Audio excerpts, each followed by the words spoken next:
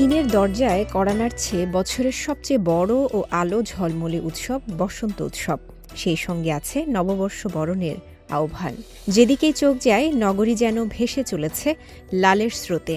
রাজধানী বেইজিংয়ে ছাংআন এভিনিউ সহ গুরুত্বপূর্ণ এলাকাগুলোতে বসানো হয়েছে সারি সারি লাল লণ্ঠন ও লাল কাগজ কেটে বানানো চীনা ঝালর। হাইতিয়ান জেলার থুংচিং স্ট্রিট ও শুন ই ফ্লাওয়ার পোর্টে চলছে রঙিন আলোর শেষ মুহূর্তের যাচাই। শহর জুড়ে ঝুলছে প্রায় 2,80,000 লণ্ঠন ও আলোকসজ্জা। বসানো হয়েছে 3 শতাধিক থিম ভিত্তিক স্থাপনা, আর 10টি ঐতিহাসিক ভবনে চলছে বিশেষ লাইট শো। চ্যাংতু শহরে ঐতিহাসিক শু ব্রোকেট অনুপ্রেরণায় তৈরি লণ্ঠন প্রদর্শনী এখন পর্যটকদের প্রধান আকর্ষণ। ইনার মঙ্গোলিয়ার অর্দুজ শহরের রাস্তাঘাট ঝলমল করছে রঙিন আলোয়।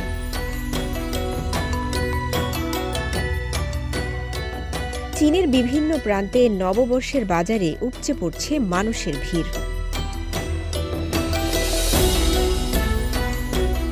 হেইলুং চিয়াংয়ের ফুংওয়ানে কৃষিপণ্য ও ঐতিহ্যবাহী খাবারে মুখর বাজার।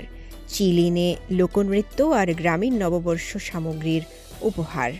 চিয়াংসুর চেনচিয়াংয়ে জমে উঠেছে পুরনো শহরের বাজার, ঐতিহ্য ও সৃজনশীল পণ্যের মিলন মেলা।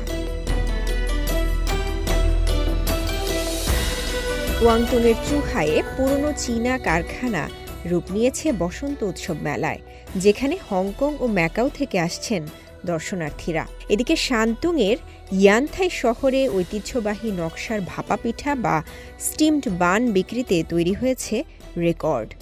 ঘোড়া ও উপহারের থিমে বানানো পিঠাগুলো তরুণদের মধ্যে বেশ জনপ্রিয় হয়েছে।